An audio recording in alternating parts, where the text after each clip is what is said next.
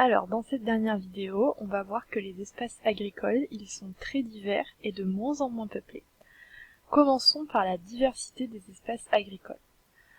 D'abord, on peut également cultiver dans le désert. Je vous rappelle, le désert, c'est une contrainte naturelle, c'est aride, il y a très peu d'eau.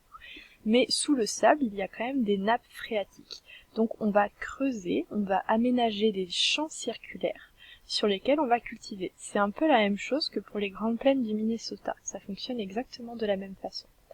Mais le désert est soumis à un problème, celui du réchauffement climatique. Et donc le désert, il avance sur ces terres qui sont devenues cultivables, et donc les personnes qui vivaient là, qui cultivaient, sont obligées de partir. Et vous voyez sur cette dernière image que le sable est en train de recouvrir les champs cultivés. Donc première chose, on peut cultiver dans le désert en aménageant des champs bien spécifiques, mais ce désert, il continue d'avancer, et donc ces espaces ruraux sont en train de disparaître. Deuxième chose, pour certains pays, l'agriculture intensive est une source de revenus importante, ça rapporte beaucoup d'argent. Et donc on va essayer de créer de nouvelles terres cultivables. C'est le cas par exemple au Brésil. On va défricher la forêt, c'est-à-dire raser une partie de la forêt amazonienne pour la rendre habitable. Vous voyez ici qu'on a mis des habitations. On a également mis des exploitations.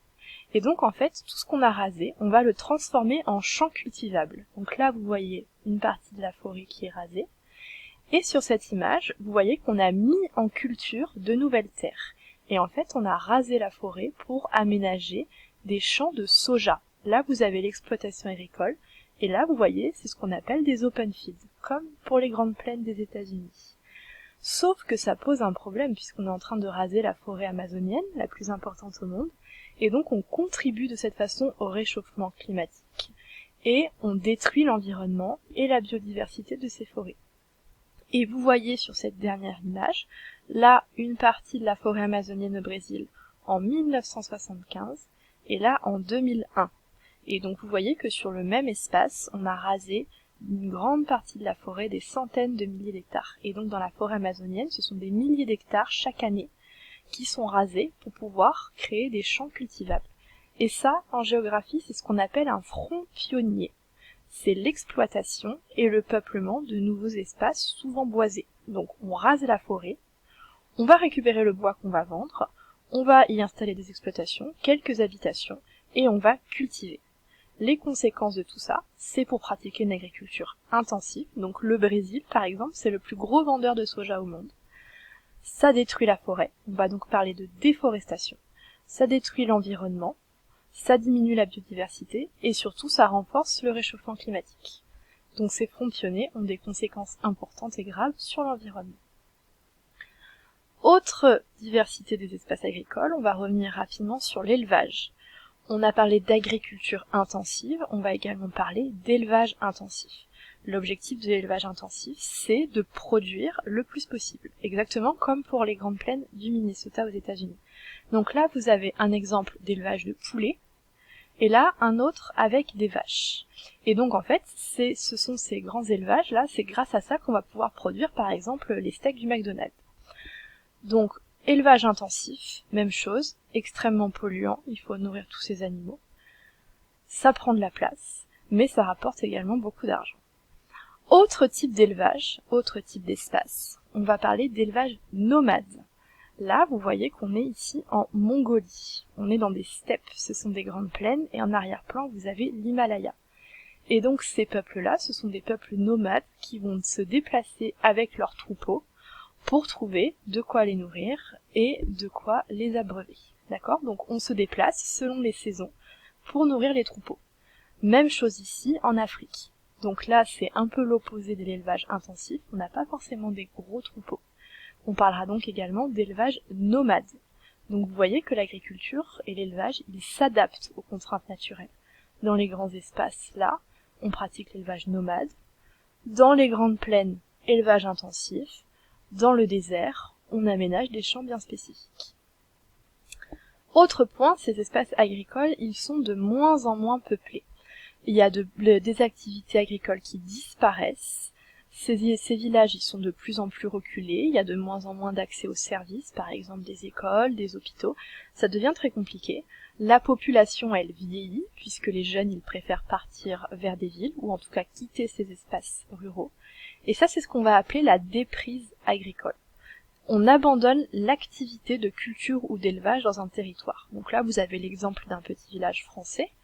Les habitants y pratiquaient l'agriculture, et puis petit à petit, il y en a eu de moins en moins, et donc l'activité agricole a commencé à disparaître. Et vous voyez sur cette image, là, vous aviez des champs qui étaient cultivés, et petit à petit, comme l'activité agricole a été abandonnée, ils ne sont plus cultivés, donc la forêt, la végétation, sont en train de reprendre leurs droits, et donc de s'étendre sur ces champs cultivables.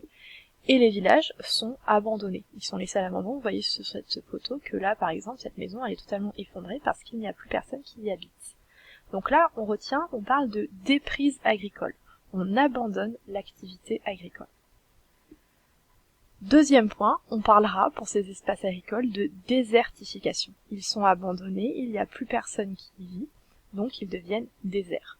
Donc vous avez en Europe beaucoup d'exemples, en France, en Espagne, en Italie, de villages qui sont abandonnés, qui sont en ruine. Certains sont même à vendre sur Internet. Et un autre exemple ici qui est assez connu, c'est un village de pêcheurs en Chine qui est totalement abandonné et vous voyez que la végétation est en train de reprendre ses droits. Et en fait, par exemple, ici, ces pêcheurs, ils ont quitté leur village parce que la pêche ne leur rapportait plus assez. Donc, ils ont quitté ces espaces agricoles. On parlera de désertification. En conclusion, comment vit-on dans les espaces agricoles? On revient rapidement sur la carte. Vous voyez ici que vous avez une ligne bleue qui divise le monde en deux parties. Des pays qu'on va dire développés plutôt au nord, et des pays en développement ou émergents plutôt dans l'hémisphère sud. Et donc ce qu'il faut surtout retenir de cette carte, c'est que au nord, on va pratiquer une agriculture intensive, donc qui produit le plus possible, qui est fortement mécanisée, donc on va utiliser des machines agricoles, et donc qui rapporte beaucoup d'argent. Cette agriculture, elle est destinée à être vendue. Alors attention, cette agriculture intensive, on la pratique aussi sur de grands espaces disponibles, par exemple ici, en Amazonie, en Amérique du Sud, ou encore en Australie. D'accord ? Et dans l'hémisphère sud, ici, on pratique surtout une agriculture vivrière, c'est-à-dire qui est faite pour se nourrir. On va en vendre une partie. On va également pratiquer l'élevage nomade. Vous voyez ici, vous avez les grandes steppes de Mongolie. Et là, toute une zone désertique. Donc on va pratiquer l'élevage nomade.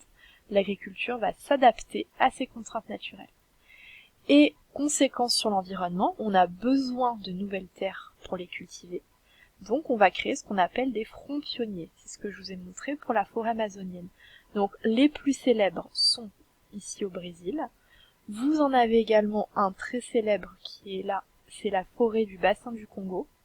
Et il y en a un autre qui n'est pas sur la carte, mais c'est l'Indonésie, ici.